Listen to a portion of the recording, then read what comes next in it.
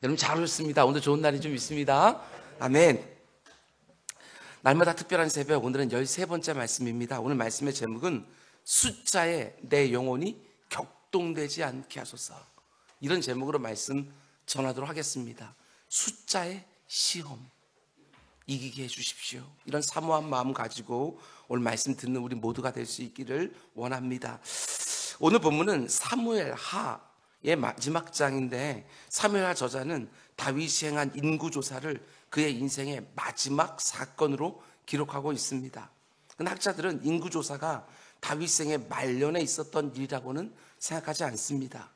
오늘 본문을 포함해서 21장부터 24장의 말씀은 다윗의 이야기의 일종의 부록과 같다, 그렇게 말합니다.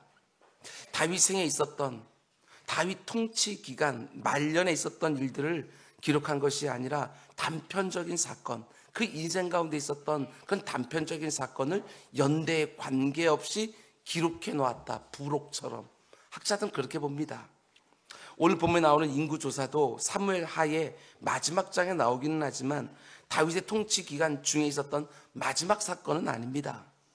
다윗의 생애에서 언제 인구조사를 했는지 정확하게 알 수는 없지만 비교적 다윗의 통치 전반기에 있었던 일로 학자들은 보고 있습니다.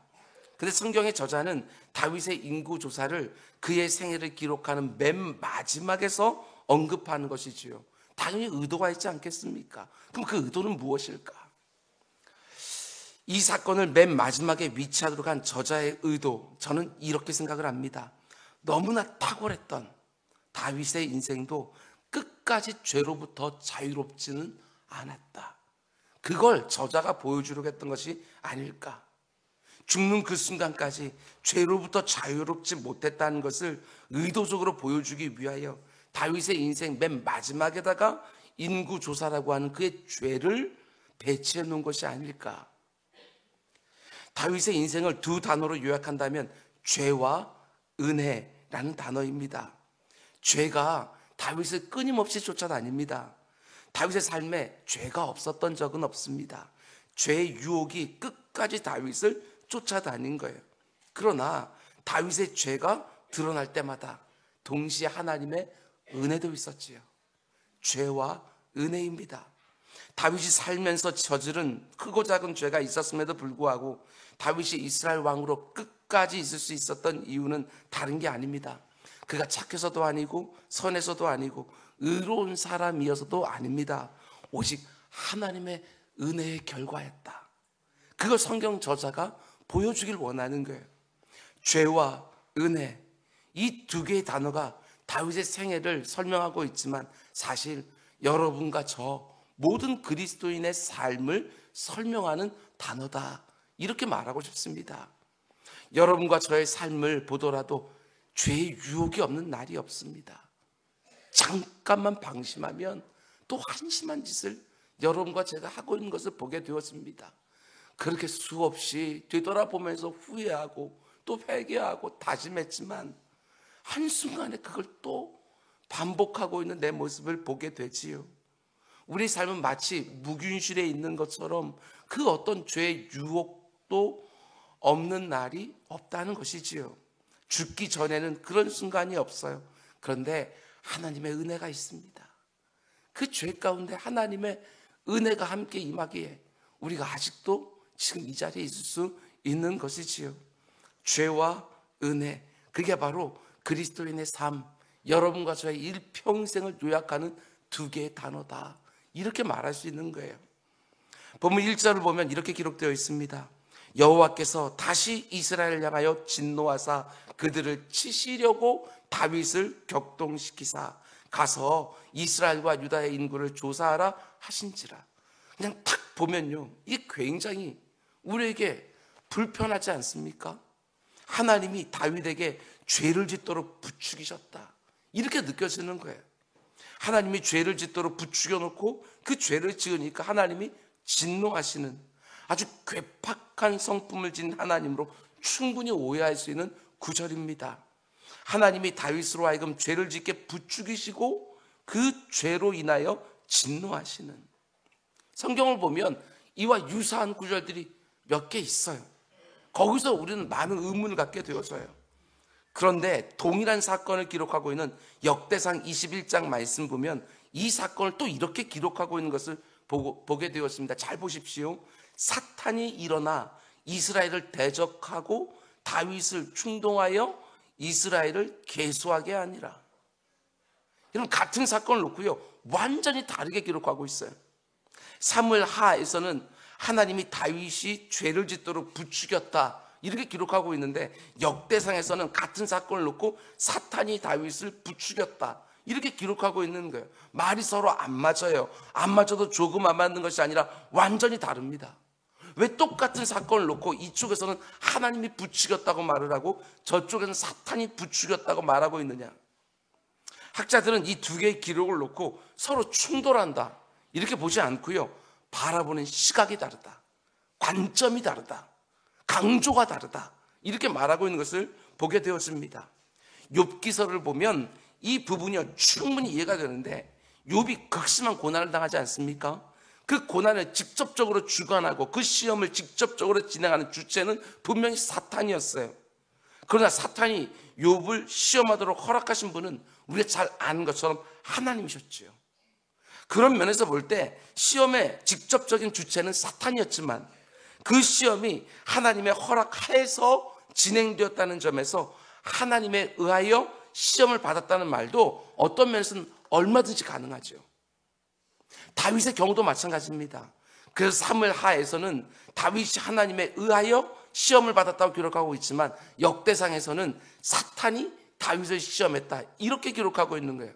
바라보는 시각, 관점이 다른 것이지 서로 충돌하는 말씀이 아니에요. 1.1획도 그릇된 것이 없는 하나님의 숨결이 담겨있는 이 성경 말씀이 어떻게 이것과 저것이 다를 수 있겠어요? 자유주의 신학자들은 그것을 보면서 공격하기도 하지만 우리 복음주의 신학자들은 그것을 보면서 아니다, 이 가운데 속에서 어떤 의도함이 있을 것이다 하고 그 말씀들을 보기 시작하는 거예요.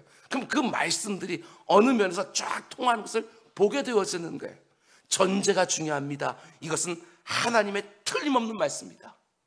이 전제를 가지고 성경을 보게 되어지면 그 가운데 묵상이 가능하고 연구가 가능해요. 그리고 해석도 가능한 것이지요. 근데 중요한 것은 여기서 우리가 이런 점을 생각해 봐야 된다는 것입니다. 우리가 이 땅을 살아가면서 어떤 모양으로든 시험을 당할 때에 좀 불경스러운 표현이긴 하지만 하늘에서는 하나님과 사탄 사이에 자존심을 건 한판의 승부가 벌어지고 있다. 욥기서를 봐도 마찬가지고 다윗의 경우도 마찬가지예요. 내가 그 시험을 이겨내느냐, 그 시험에 넘어지느냐에 따라서 하나님이 기뻐하시기도 하고 악한 사탄이 흐뭇해하기도 하고 무서운 거예요. 사탄이 욥을 시험할 때 하나님께 이렇게 도발합니다. 하나님, 욥도 별 수 없는 인생 아닙니까? 그가 가난하게 되고 온몸에 병이 들게 되면 그도 결국은 하나님을 저주하고 떠날 것입니다. 그래서 하나님은 이렇게 말씀합니다. 욥이 그럴 리가 없다. 아무리 네가 그의 재산을 다 걷어가고 온몸에 병이 들게 해도 나를 향한 욥의 마음은 변하지 않을 것이다. 그래서 욥을 시험해 보도록 사단에게 제한적인 허용을 하시는 거예요. 욥의 경우만 놓고 보면 우리가 당하는 시험은 보이지 않는 하늘 세계에서 하나님과 사탄 사이에 자존심을 건 싸움이 벌어지고 있는 것이지요. 하나님이요, 여러분과 저와 같은 엉터리에게 자신의 명예를 걸고 있는 거예요. 시험 당할 때 이걸 잊지 말라고요. 내가 단순히 시험에 이기느냐 지느냐 이것만 생각하는 것이 아니라 하나님께서 오지호 목사는 그럴 리가 없다. 네가 아무리 오지호 목사에게 이것을 가지고 흔들고 저것을 가지고 넘어뜨려 할지라도 오지호 목사 그럴 리가 없다. 여러분, 이런 자존심을 건 승부 한판에 싸움이 벌어지고 있다고 하는 것, 이것을 딱 하게 되었으면 우리가 더욱더 경성할 수밖에 없는 거예요. 욥은 그 시험을 하나님이 기대하신 대로 잘 견뎌냅니다. 근데 다윗은 그 시험에 넘어졌어요. 뿐만 아니라 1절을 다시 보면 여호와께서 다시 이스라엘을 향하여 진노하사 그들을 치시려고, 이스라엘 백성을 치시려고 다윗을 격동시키셨다. 이 말을 어떻게 봐야 되느냐? 여러분, 논리적인 그 맥락을 좀 보십시오.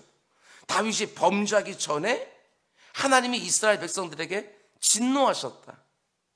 그러니까 다윗이 범죄하기 전에 이스라엘 백성들이 하나님께 징계를 받을 만한 어떤 죄를 이미 짓고 있었던 거예요. 그런데 하나님이요, 이스라엘 백성들을 즉각적으로 징계하신 것이 아니라 한 번의 기회를 또 주시지요. 그게 바로 다윗이 받았던 시험이에요. 하나님의 명예가 달려있는 일이기도 하지만 다윗이 그 시험에 이겨내기만 하면 이스라엘 백성들이 하나님의 징계를 면할 수 있어요. 그런데 다윗이 그 시험에 넘어지니까 하나님의 징계가 백성들에게 그대로 임한 것이죠. 이게 얼마나 안타까운 일이에요. 다윗이 그 시험을 이겨내기만 했으면 그 백성들이 하나님의 오래 참으심을 다시 한번 경험할 수 있었는데, 그 대표가 되는 왕 다윗이 딱 넘어지니까 하나님의 징계도 그대로 임하는 거예요. 하나님이 다윗을 흔들어서 그 가운데 징계하신 것이 아니라 다윗이 이겨내기만 했으면 이스라엘 백성들의 죄가 하나님의 은혜로 덮여질 수 있었어요. 우리에게 적용하면 자녀들이 하나님 앞에 범죄할 수 있어요.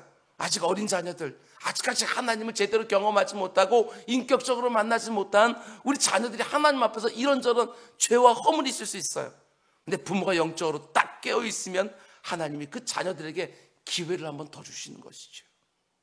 교회의 지체들이 하나님 앞에서 이런저런 죄와 허물이 있을 수 있어요. 근데 담임 목사를 비롯하여 교회 중직들이 딱 깨어 있으면 온 교회가 다시 한번 기회를 얻게 되었는 거예요. 이스라엘 백성들이 죄를 지었는데 그 대표가 되는 왕 다윗이 시험을 이기느냐 넘어지냐에 따라서 하나님의 징계가 그 백성들의 그대로 임하기도 하고 다시 한번 기회를 주시기도 하고, 꼭 기도해 주시기 바랍니다. 가정도 마찬가지고 교회와 나라도 마찬가지예요. 여러분, 리더십이 참 중요합니다. 별것 아닌 게 아니에요. 꼭 기도해 주셔야 돼요. 여러분, 그런데 다윗이 범한 죄가 무엇입니까? 2절을 보면 다윗이 요압과 백성의 지도자들에게 이르되 너희는 가서 브엘세바로부터 단까지 이스라엘을 계수하고 돌아와 내게 보고하여 그 수요를 알게 하라니. 다윗이 군대 장관 요압에게 이스라엘 백성들의 인구를 조사하게 시키는데 성경은 그게 바로 다윗의 죄다 이렇게 말합니다. 이런 의문이 들지 않습니까? 한 나라의 왕이 자기 나라의 인구를 조사한 것이 뭐가 그렇게 잘못된 것인가? 통계는 통치의 기본적인 자료 아니에요? 나라를 다스리려면 기본적인 통계가 반드시 있어야 돼요. 그런데 오늘 본문을 보면 그 인구 조사를 가리켜 죄라고 말하는 것이지요. 그러면 오늘 본문은 왜 인구 조사를 가리켜 죄라고 말할까? 인구 조사 자체의 문제가 아니라 그 인구 조사를 하고 있는 다윗의 마음, 거기에 문제가 있어요. 출애굽기 30장 12절을 보면 이런 말씀이 있어요. 네가 이스라엘 자손의 수요를 조사할 때, 인구 조사할 때에 조사받은 각 사람은 그들이 계수할 때 자기의 생명의 속전을 여호와께 드릴지니 이는 그것을 계수할 때 그들 중에 질병이 없게 하려 하십니다. 인구 조사할 때 굉장히 조심스럽게 해요. 그리고 예물을 바치라고 해요. 만일 이 가운데 속에 너희들이 조심스럽지 아니하고 합당한 예물을 받지 않으면 그 가운데 질병이 생길 거라고 말하죠. 여기서 중요한 단어는요, 속전이라는 단어예요. 속전은요, 나의 죄를 사해 주시고 구원해 주신 하나님의 은혜에 감사하며 드리는 헌금인데, 인구조사할 때 그 헌금을 드리라고 얘기를 해요. 어떤 의미입니까? 내가 하나님의 백성 안에 계수되고 있다는 거, 이게 너무나도 감격스러운 거예요. 이해가 되세요? 민수기 맨 앞에 보게 되어지면 너희는 내 백성을 계수하라 이렇게 말씀하거든요. 그럼 그때 숫자에 들어간 사람은요, 하나님의 백성이라고 하는 증거가 되어지는 거예요. 외적 표징이. 하나님의 백성들을 쭉 세는데 거기에 내 이름이 없다, 하나님의 백성이 아니란 얘기잖아요. 내가 구원받았어요. 하나님의 놀라운 은혜 가운데 내가 구원받아 그분의 백성의 숫자에 계수되고 있어요. 이게 너무나도 감사한 것이지요. 그래서 그 가운데 속에 합당한 예물을 드리면서 감사를 표하는 것, 이게 바로 속전이에요. 여러분, 이스라엘 백성들은요, 단순한 한 나라의 백성이 아닙니다. 그들은 하나님께 구원받은 그분의 백성, 그분의 소유예요. 그래서 그 백성들의 수요를 셀 수 있는 분도 오직 하나님 한 분밖에 없어요. 그래서 아무리 다윗 왕이라도 하나님의 명령 없이 자기 마음대로 그 숫자를 센다면 그것은 월권이 되는 것이죠. 월권. 왜 그렇습니까? 그들은 다윗의 백성이 아니라 하나님의 백성이기 때문에. 이것은 마치 내가 장사하는 곳에 어떤 사람이 쑥 들어와서 자기가 주인이라도 되는 양 재고조사를 하고 있다고 한번 생각해 보세요. 재고조사는 주인이 해야죠. 주인이 아닌 사람이 재고를 조사하겠다고 나서면 주인이요, 당황스럽죠. 그래서 하나님은 아무리 이스라엘의 왕이라 할지라도 인구조사를 함부로 하지 못하게 하셨습니다. 하나님이 내 백성이 얼마나 되는지 네가 한번 세봐라 하고 명령하실 때만 하는 것이지, 아무리 왕이라도 자기 임의로 자기 백성들 숫자 세는 것처럼 그렇게 할 수 없다. 그 사실을 다윗이 몰랐던 것이 아니라 너무 잘 알고 있음에도 불구하고 군대 장관 요압에게 그걸 명령한 거예요. 요압이요, 다윗에게 이거 정말 해도 괜찮겠습니까? 하고요, 주저주저하는 모습을 보게 되어져요. 다윗이 인구를 조사하려고 했던 이유는요, 충분히 짐작이 돼요. 이스라엘 백성들의 숫자를 조사해서 나의 힘이 얼마나 되는지 그걸 확인해 보고 싶었던 것이지요. 뿐만 아니라 다윗과 나라의 안전을 하나님이 아니라 그 숫자에 두고 싶은 거예요. 그런데 그게 바로 이 세상의 모습이라는 것입니다. 이 세상은요, 늘 숫자에 예민해요. 역대상 21장에서 사탄이 다윗을 부추겨서 격동시켰다 말하는 것처럼 사탄은 숫자에 많고 적음으로 사람들을 부추겨서 쉽게 격동해요. 다윗에게만 아니라 오늘도 그 사람들을 그 숫자에 많고 적음으로 부추기고 격동시키는 것이지요. 아파트가 몇 평이냐, 아이는 몇 등이냐, 내 연봉과 내 수입, 내 은행의 계좌의 잔고, 그런 숫자로 이 세상은 사람을 판단합니다. 아무리 그 인격이 고상해도 그 숫자가 작으면 성공했다고 말하지 않아요. 그 사람들은 더욱더 그 숫자에 더 연연하기 시작합니다. 더 많은 숫자를 가지려고 자기 인생의 모든 시간과 열정을 다 쏟아붓는 거예요. 사람들이 자기 삶의 만족을 어디서 누려요? 그 숫자에서 누릴 때가 얼마나 많은지 몰라요. 너무나 많은 사람들이 그 숫자에 민감하다는 것을 사탄이 너무나도 잘 알고 있으니까, 그래서 그 숫자를 가지고 사람들을 조종하려고 하는 거예요. 이 새벽에 내 모습도 잘 보셔야 돼요. 내 입으로 어떻게 고백하고 있느냐, 그게 중요한 것이 아니라 내가 그 숫자 때문에 기뻐하고 그 숫자 때문에 분노하고 그 숫자 때문에 감사하고 그 숫자 때문에 분노하고, 내가 그 숫자 때문에 내 생각과 내 감정과 내 믿음이 너무나 쉽게 격동하고 있다고 한다면 그 숫자는 나를 넘어뜨리는 사탄의 너무나 요긴한 도구가 얼마든지 될 수 있다. 높은 숫자를 가진 사람은 자신을 과시하게 만들고 교만하게 만듭니다. 낮은 숫자를 가진 사람은 자신을 스스로 약하게 보고 낙심하게 만드는 거예요.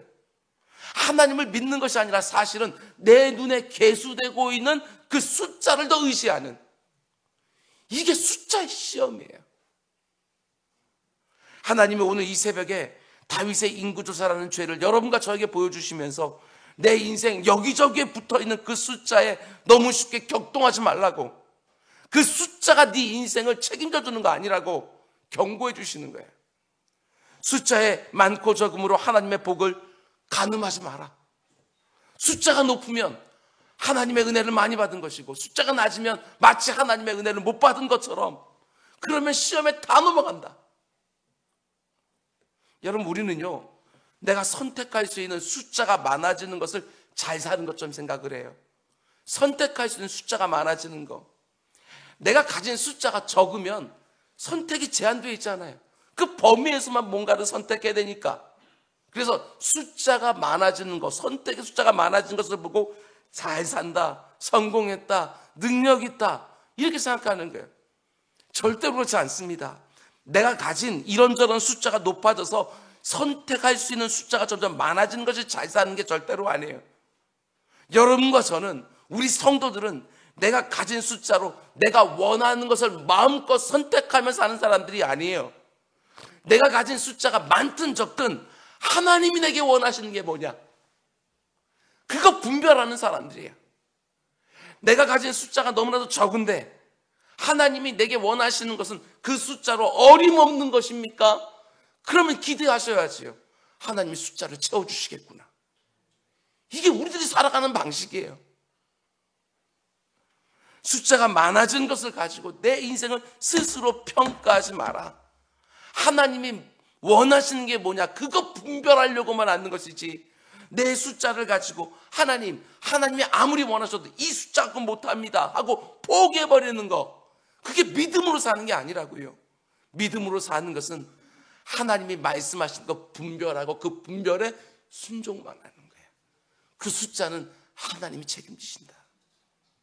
나는 하나님이 원하시는 것이 무엇인지 그걸 분별하려고 힘을 다하는 것이고, 내가 분별해서 하나님이 원하시는 것을 순종하려고 했을 때 필요한 것은 하나님이 채워주시는 것이고, 그게 믿음으로 사는 것이고 신앙 생활인 거예요. 우리가 잘 아는 것처럼 이스라엘이 지금까지 싸워왔던 전쟁은 군사들의 숫자에 달려있지 않았습니다. 하나님이 함께 해주시느냐 그렇지 않느냐, 그것에 따라서 이기기도 하고 지기도 해요.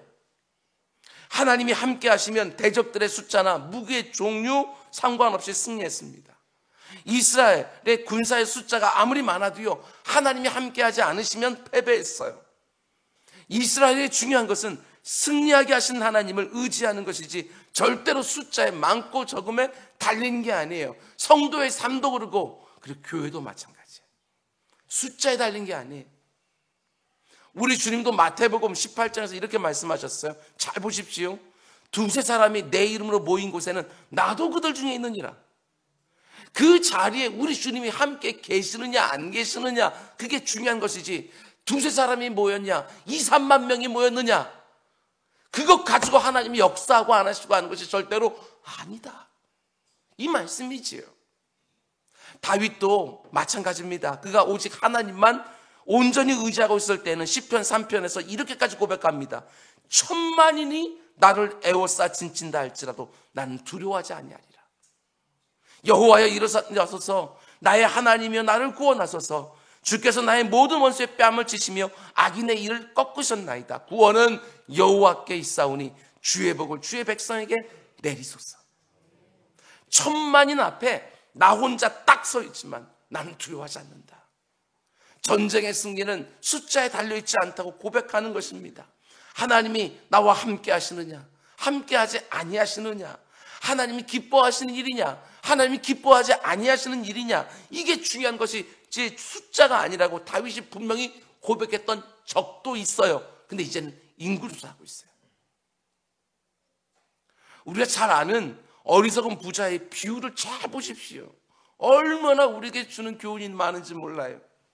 누가복음 12장을 보면 한 부자가 나오는데요, 그 사람은 참 많은 숫자를 가진 사람이에요. 풍년이 들어서 그 숫자가 더 커지게 되었습니다.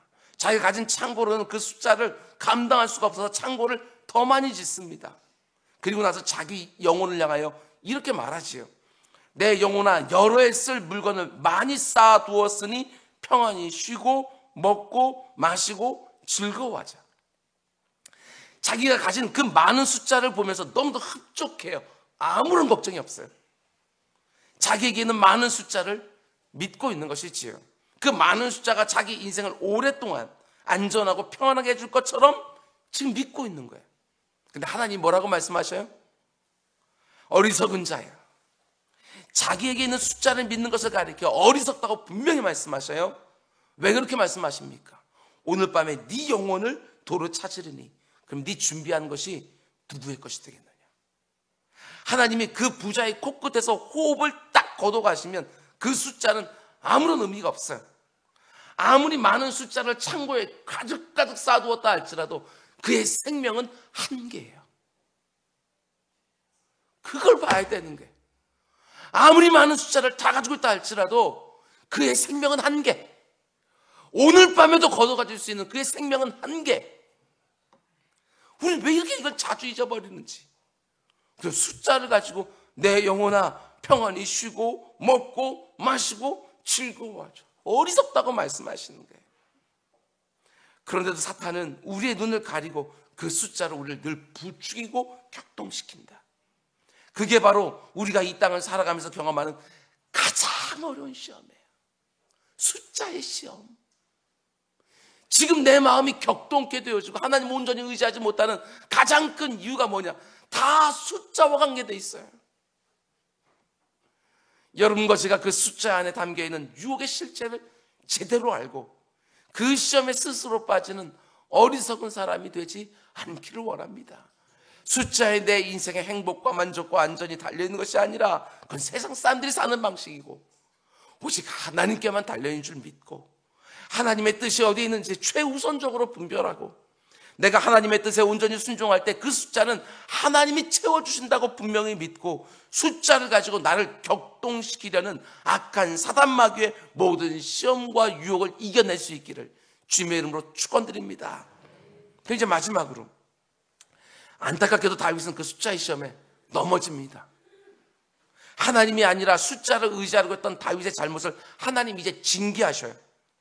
13절 말씀 보면 하나님이 갓 선지자를 보내서 다윗에게 이렇게 말씀하십니다. 갓이 다윗에게 이르러 아뢰어 이르되 왕의 땅에 7년 기근이 있을 것이니까 혹은 왕이 왕의 원수에게 쫓겨 석 달 동안 그들 앞에서 도망하실 것이니까 혹은 왕의 땅에 사흘 동안 전염병이 있을 것이니까 왕은 생각해보고 나를 보내신 이에게 무엇을 대답하게 하소서.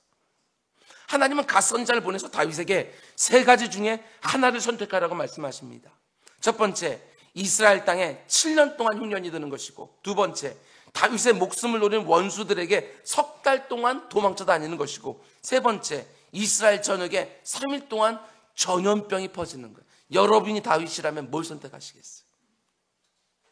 하나님이 말씀하신 세 가지 징계 어느 것 하나 가벼워 보이지 않아요. 근데 다윗이 무엇을 선택하느냐? 그 세 가지 중에 하나를 선택하는 것이 아니라 이렇게 대답합니다. 14절 다윗이 갓에게 이르되 내가 고통 중에 있도다. 청하건대 여호와께서는 긍휼히 크시니 우리가 여호와의 손에 빠지고 내가 하나님의 손에 빠지지 아니하기를 원하노라. 한마디로요, 나는 하나님의 손에 의하여 벌을 받겠다. 하나님께 그것을 그냥 온전히 맡기는 거예요. 내가 선택하는 것이 아니라. 왜 하나님의 손에 의하여 벌을 받겠다고 말합니까? 여호와는 긍휼히 크시네. 저는 이런 생각이 들었어요. 아, 다윗이 하나님의 의도를 알았구나. 세 가지 중에 하나를 선택하라고 하는 그 안에 하나님의 어떤 마음이 들었는지를 알았구나. 저도 생각해 봤어요. 하나님이 이 세 가지 징계 중에 하나를 선택하라고 저에게 말씀하시면 뭘 선택했을까? 제가 가장 먼저 생각했던 것은 어떤 징계가 가장 피해가 적을까? 여러분도 마찬가지 아니에요? 어떤 징계가 가장 피해가 적을까? 그래도 어떤 것이 감당할 만할까? 7년, 6년, 7년 너무 길지 않나? 3일의 전염병? 그럼 너무 많은 사람 죽을 것 같고, 석 달 동안 원수들에게 쫓겨다니는 거, 그래도 그건 내가 감당할 만하지 않을까? 어차피 매를 맞을 거라면 제일 안 아플 것 같은 매를 맞기를 원하는 거예요. 어차피 매를 맞는다면 가장 약한 매, 아니 다른 모든 것들은 백성들이 고통을 당하게 되어지는데 7년 동안 기근이 있어도 나는 먹을 것 안 떨어질 거예요. 근데 백성들은 먹을 것이 없어서 고생할 거예요. 죽는 사람도 있을 거예요. 3일간의 전염병, 수많은 백성들이 죽을 거예요. 근데 내가 원수들이 쫓겨다니는 거, 그래도 이건 내가 감당할 수 있지 않을까? 저라도 그걸 선택할 것 같아요. 그런데 다윗은 이렇게 말합니다. 내가 하나님의 손에 의하여 매를 맞겠다. 여호와께서는 긍휼이 크시니까. 다윗의 이 말만 딱 놓고 보면 세 가지 중에 하나를 선택하지 않고 하나님의 손에 의해서 벌을 받겠다고 말한 것은 내가 오직 하나님의 긍휼하심만 바라보겠다, 이런 말 아니겠어요? 하나님이 매를 드실지언정 나와 이 나를 향한 긍휼은 절대로 멈추지 않으리라. 이 믿음이 있는 거예요. 다윗의 말을 볼 때 틀림없습니다. 다윗은 하나님의 징계를 고통의 의미로만 바라보는 것이 아니라 죄 가운데 있는 나를 살리시는, 죄 가운데 있는 이 백성을 살리시는 하나님의 긍휼, 하나님의 자비, 그 관점에서 보고 있는 거예요. 하나님의 엄중한 징계가 시행되는 순간마저도 하나님의 긍휼과 자비가 함께 시행되는 시간으로 보고 있는 거예요. 진노 중에라도 긍휼이 있지 않으신 하나님. 딱 그 말씀 아니에요? 다윗이 이런저런 잘못을 참 많이 했지만 하나님 마음에 합한 자로 끝까지 남을 수 있었던 이유가 바로 다윗의 이런 태도 때문이 아니었을까? 고난받는 순간에도 하나님 이거 너무 과하지 않습니까? 이렇게 말하는 것이 아니라, 인구조사했다고 이렇게 하실 수 있습니까? 이렇게 말하는 것이 아니라 그 가운데도 하나님의 긍휼을 의지하고 있는 그 모습 때문에, 죄가 있지만 하나님의 은혜를 늘 잊지 않는 그 모습 때문에 다윗이 끝까지 하나님 앞에 머물러 있을 수 있었던 것이 아닐까. 저는 그런 마음이 들어요. 하나님이 징계하실 때에도 그분을 오해하지 않는 것, 이게 얼마나 우리를 견고하게 만드는지 몰라요. 결국 다윗은 하나님으로부터 3일간의 전염병이라는 징계를 받아요. 15절, 이에 여호와께서 그 아침부터 정하신 때까지 전염병을 이스라엘에게 내리시니 단에서부터 브에세바까지 백성의 죽은 자가 몇 명? 7만 명. 3일 동안 이스라엘 백성이 무려 7만 명이 죽었어요. 어마어마한 숫자가 죽은 거예요. 하나님의 의도하심이 여기 담겨 있지 않겠어요? 여러분 묵상해 보세요. 그 의도하심이 무엇일 것 같아요? 다윗의 자부심과 안전함의 근거가 되었던 이스라엘 백성들의 숫자, 그 숫자가 3일 동안 엄청나게 줄었어요. 단지 다윗에게만 보여주는 게 아니에요. 여러분과 제가 붙들고 있는 숫자라는 게 바로 이렇다. 하나님이 작정하시면 그 숫자 훅 하고 날아가 버린다. 그걸 의지할 것 대상이 된다고 너희들은 왜 그 생각하냐? 하나님은 이 일을 통하여 숫자가 이스라엘 백성들을 보호해주고 안전하게 지켜주는 것이 아니라 하나님의 자비, 하나님의 긍휼이 그들을 보호해주고 안전하게 지켜주는 것이라고 분명히 보여주시는 거예요. 그리고 다윗은 전염병으로 3일 동안 무려 7만 명의 백성들이 죽는 것을 보고 숫자에 관심을 두었던 자기 자신을 한탄하며 회개하지. 오늘 이 새벽에 여러분과 저에게도 말씀하십니다. 얘들아, 너는 이 세상에 말하는 그 숫자로 사는 게 아니라 내 은혜로 사는 거다. 기가 막힌 말씀이에요. 전율이 날 정도로. 내 손에 쥐고 있는 것을 헤아려서 숫자가 높으면 평안해하고 숫자가 낮으면 염려하고 두려워하는 게 아니라고 말씀하시는 거예요. 내 인생의 모든 것이 오직 하나님께만 달린 줄 알고 오직 믿음으로 산다는 것을 다시 한번 네 마음을 새롭게 해라. 오늘 본문을 주신 말씀의 의도예요. 사람들은 눈에 보이는 숫자에 움직이지요. 그 숫자에 나의 성공이 달렸고 나의 안전이 달렸고 나의 행복이 달렸다고 생각하는 거예요. 그 숫자를 보면서 웃기도 하고 울기도 하고 평안해하기도 불안해하기도 하고 도대체 뭘 믿고 사는 거예요? 하나님 믿고 사는 건 맞습니까? 아니면 그 숫자를 의지해 사는 것입니까? 그 사탄은 그 숫자를 가지고 우리를 격동시키고 늘 조종하려고 하는 거예요. 그래서 너무나 많은 사람들이 이 한 번뿐인 인생을 몇 평, 몇 등, 얼마 그 숫자 노름에 빠져 살아요. 숫자를 무시하라고 말하는 게 절대로 아닙니다. 그러나 구원받은 성도는 오직 하나님의 은혜로 산다. 한순간도 잊지 마시라. 나는 숫자에 의해 사는 사람이 아니다. 오직 하나님의 은혜에 의해서 사는 사람이다. 이 새벽에 아주 분명하게 선언하면서 하나님을 더욱 의지해 살아가는 우리 모두가 다 될 수 있기를 주님의 이름으로 축원드립니다.